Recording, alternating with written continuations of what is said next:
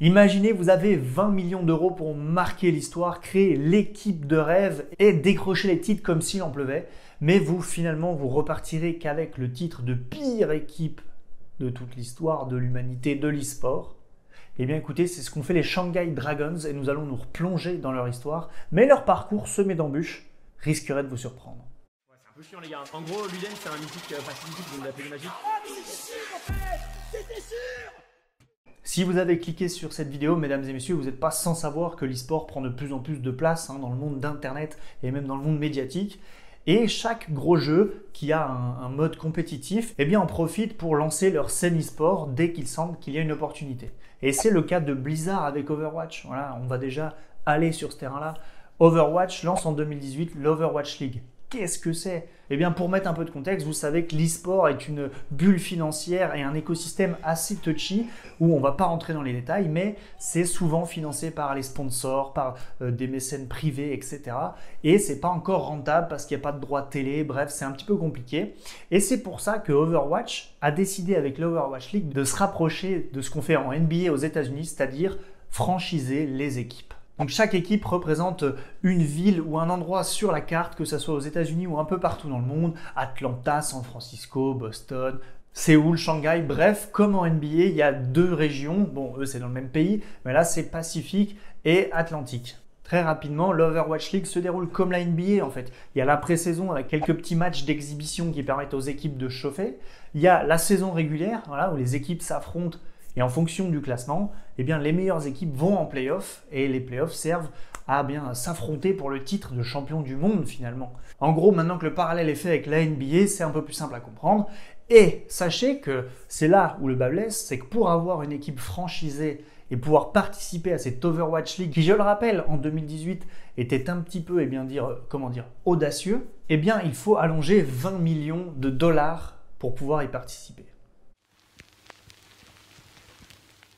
Imaginez-vous, on vous donne 20 millions. 20 millions, qu'est-ce que vous faites avec? Vous achetez une baraque, vous mettez la daronne à l'abri, t'achètes une île. Oh non, que nenni, malheureux, que nenni, rien de tout ça. Parce que t'es visionnaire et que t'as du pif, eh bien t'investis tout dans l'Overwatch League. Hop, tu payes ton slot pour pouvoir participer à cette compétition qui paraît si lucrative et si prestigieuse. Après avoir payé tes 20 millions, il faut prendre des joueurs, un coaching staff, des locaux, bref, les coûts continuent, sachant qu'un joueur d'Overwatch League touche entre 50 000 et 150 000 dollars par année suivant leur niveau. Eh bien écoutez, il faut rajouter quelques milliers d'euros, voire peut-être même quelques millions, puisque comme je l'ai dit, il y a le staff, les locaux, les allers-retours, les compétitions, les machins, bref, ça commence à faire un sacré billet. Eh bien écoutez, c'est ce qu'ont fait les Shanghai Dragons, enfin devrais-je dire NetEasy, qui est une société chinoise qui a investi et acheté donc cette équipe et franchisé cette équipe de Shanghai. Maintenant que tout est payé, les frais sont engagés, on y va. C'est le début de la saison, l'attente auprès des fans est exceptionnelle. Overwatch à cette époque est encore un jeu massivement joué, aujourd'hui un peu moins. Mais à l'époque, ça cartonne et donc tout le monde attend le début de cette nouvelle Overwatch League franchisée. On la rêve à l'américaine, les fans sont en transe. Tout le monde va supporter son équipe favorite avec sa petite pancarte, son petit maillot sur les réseaux. Enfin bref, c'est la hype qui commence.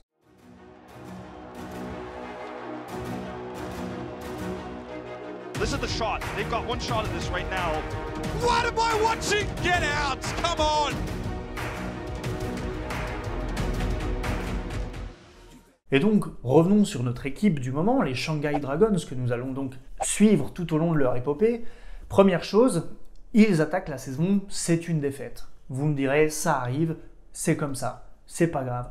On y va, 2, 3, 4, 5 défaites. Et là, on se dit, on peut perdre un match, mais pas 15. 2 matchs, mais pas 15. Tu peux être 3K, rigole, tu peux être 3K, mais pas 15. Oui, T'es d'accord avec moi? Oui. Tu peux payer 4 cartes, c'est vrai, c'est pas arrivé, tu peux être 4 cartes, mais pas 15. Vous l'aurez compris, à 10 défaites, on commence déjà à paniquer. Et c'est là qu'on va déjà opérer quelques changements dans le roster, donc dans l'équipe de base. Et là, on va faire venir une fille. Alors attention, mesdames et messieurs, vous n'avez pas rêvé. À l'époque, déjà, la ligue n'est pas fermée aux femmes, c'est juste qu'aucune n'est considérée et donc aucune n'est mise dans les équipes. Sauf que là, il y a un moment, on ne peut plus faire l'aveugle. Quand une femme est en train de terroriser les ladders coréens avec plus de 80% de ses parties remportées, qu'on appelle le win rate, plus de 80% de win rate sur les serveurs coréens, on ne parle pas là d'un serveur où il y a 4 pélos au fin fond du monde. Non, non, non. Un des serveurs les plus chauds. Eh bien, on décide de faire appel à Geguri, une coréenne, voilà, qui, comme je vous l'ai dit, est en train de terroriser Internet par son niveau. Elle stream, on voit qu'il y a du niveau, etc. Eh bien, les Shanghai Dragons lui laissent l'opportunité. Et là, on se dit merci, mesdames et messieurs, de réfléchir avec un cerveau. The Dragons will be back to fight, but Geguri, she gets desuited early. The self-destruct fired off, if I'm not mistaken. Oh! Two! Both supports are down now! The Dragons may just open the door and Dia fights the third. They're going to keep pushing the payload right now. They've actually moved everyone on the NYXL off the cards. Yeah, no kidding. They're less than a meter away from finishing B. Fearless does get the kill on the Pine. Now the self-destruct coming in for Geguri. Catches Shonak. That's a problem. Geguri got the D-Mech on the Neko as well. Single-handedly kind of turning this fight around. And now it's just Mono on the point. Au cours de cette première saison, on apprend déjà que la gestion est chaotique en interne, qu'il y a un surentraînement, que les joueurs sont à bout alors que c'est la première saison d'Overwatch League et on se pose déjà la question en dehors de leur niveau de jeu de comment cette équipe fait pour survivre. Bah écoutez, elle ne survit pas puisqu'elle a 30 défaites d'affilée. Et vous me voyez arriver, mesdames et messieurs, rien ne va dans cette équipe, aucune cohésion, des problèmes en interne, bref, toute la saison est blanche. 0 victoire, 40 défaites. 40 défaites. Nada, que chignette, que dalle. Pas une victoire. C'est du jamais vu dans l'e-sport. Overwatch, ça se gagne en plusieurs manches remportées, si vous voulez. Et bien sur 162 manches, 162 cartes, parce que ça se joue en cartes, eh bien l'équipe en a remporté seulement 21. 21 cartes, 21 manches sur les 162 qu'elles ont jouées au cours de la saison. Vous vous rendez compte? C'est minable. C'est vraiment éclaté. Donc la saison est une catastrophe, elle va se terminer en 0-40. Déjà là, ça marque l'histoire de l'e-sport parce que ça n'a jamais été vu dans un autre jeu, une si grosse lose streak, comme disent les Américains. Et si on veut même aller plus loin, ils ont rattaqué la saison d'après avec 2 défaites. Ce qui fait qu'ils ont enchaîné 42 défaites d'affilée. Mesdames et messieurs, les Shanghai Dragons n'ont rien d'un dragon.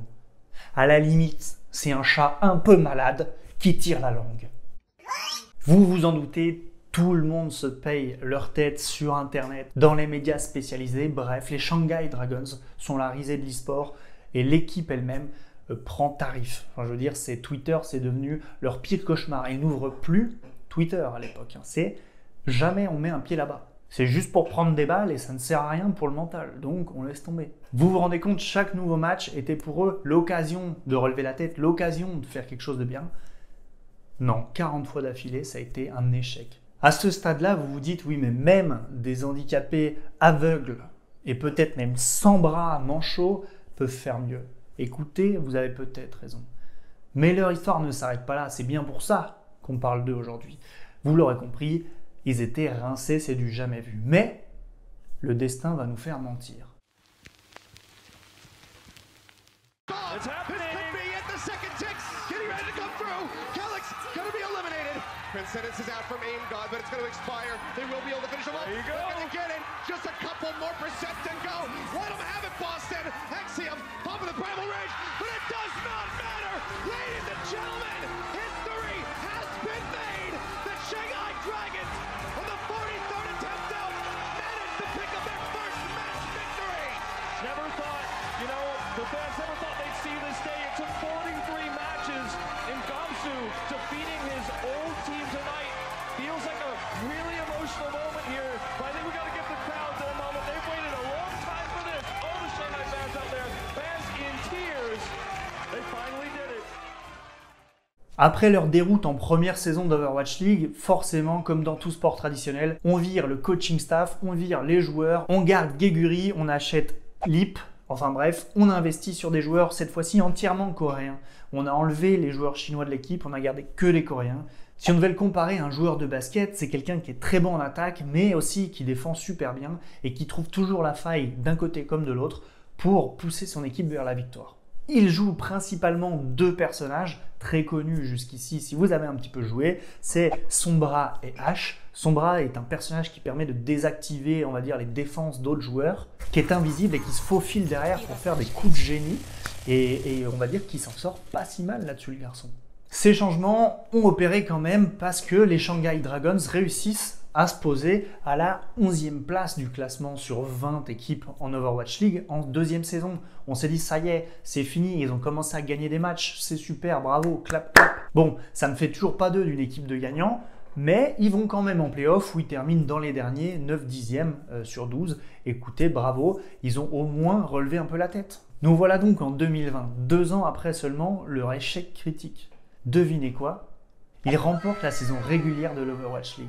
Et on a toujours Geguri dans l'équipe, on l'oublie pas, et ils vont aller donc en play-off puisqu'ils ont remporté la saison régulière, et ils vont terminer à la 3e place. À la 3e place des playoffs, c'est magnifique, ça sent bon. Les Shanghai Dragons ne sont plus une équipe de peintres. Là, on parle de gens qui jouent la gagne. Et en 2021, mesdames et messieurs, on arrive peut-être à la forme du dragon qu'on attendait, 2 ans avant, qui était juste un chat qui tirait la langue, je vous rappelle.